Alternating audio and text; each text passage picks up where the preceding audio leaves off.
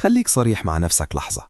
كم مرة صحيت الصبح وقلت هبدأ أذاكر من بدري النهاردة، وبعدها بساعتين لقيت نفسك ماسك الموبايل وبتقلب في أي حاجة إلا المذاكرة؟ لو فكرت هتلاقي إن اللحظة دي بتحصل لكل طالب. فرق بسيط بين طالب ناجح وطالب عادي هو القدرة على تحويل اللحظة دي لمفتاح يومك بدل ما تكون نقطة ضعفك.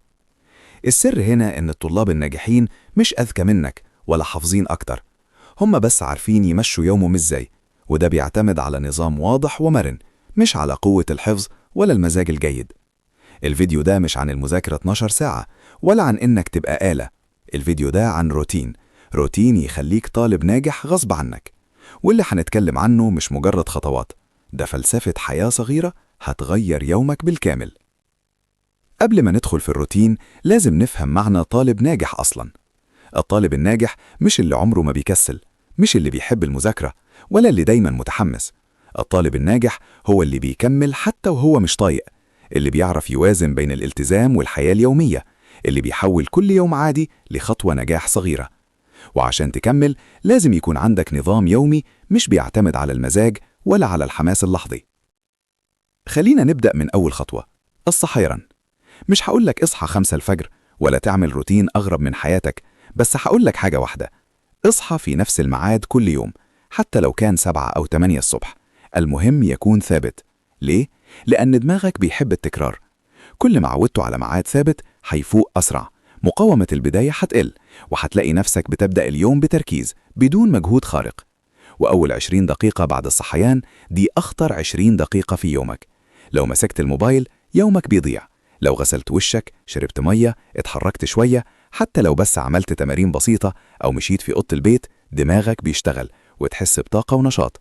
مش مطلوب تعمل إنجاز كبير، مطلوب تشغل المحرك فقط، تدي لنفسك بداية صحيحة. بعد كده ننتقل لمرحلة المذاكرة، وهنا الحقيقة اللي محدش بيحب يقولها: المذاكرة الكتير مش معناها مذاكرة صح. المذاكرة الصح هي اللي قصيرة ومركزة، مش ممتدة لساعات طويلة بدون تركيز. الطالب الناجح مش بيقعد 6 ساعات متواصلة ويطلع مش فاهم حاجة، هو بيشتغل بنظام بسيط جدا: جلسة 40-50 دقيقة، راحة 10 دقائق، ويرجع تاني. خلال الجلسة مفيش موبايل، مفيش فتح تطبيقات، مفيش أبص دقيقة على أي حاجة، لأن الدقيقة دي هي اللي بتضيع الساعتين. ولما تيجي تذاكر ركز على الاستراتيجية مش الكمية. اعمل خرائط ذهنية، اعمل أسئلة لنفسك قبل ما تقرأ، وفسر المعلومة بعقلك، وده بيخليها تثبت أطول. حتى لو نسيت كلمة هنا أو هناك هتقدر تستنتجها. وهنا نصل لنقطة مهمة جدا: الفهم قبل الحفظ. في طالب بيحفظ وفي طالب بيفهم. الاتنين ممكن ينجحوا، بس اللي بيفهم هو اللي بيستمر. اللي الحفظ عنده مجرد حفظ مش تفسير، غالبا بينسى بسرعة، وده اللي بيخلي الامتحانات صعبة عليه. الطالب الناجح قبل ما يحفظ أي حاجة بيسأل نفسه: ليه ده بيحصل؟ ده مرتبط بإيه؟ لو نسيت حاجة أقدر أستنتج؟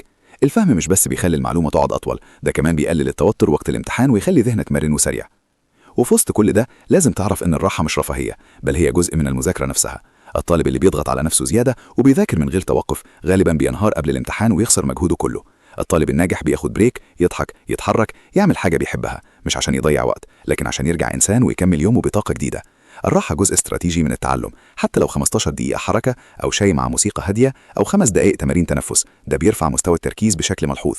وطبعا مش كل الأيام سهلة، في أيام وحشة، أيام مش فاهم، مش طايق، مش قادر، حاسس إنك فاشل. والطالب الناجح في الأيام دي مش بيعمل حاجة خارقة، هو بس بيعمل أقل حاجة ممكنة ويضمن استمرار اليوم.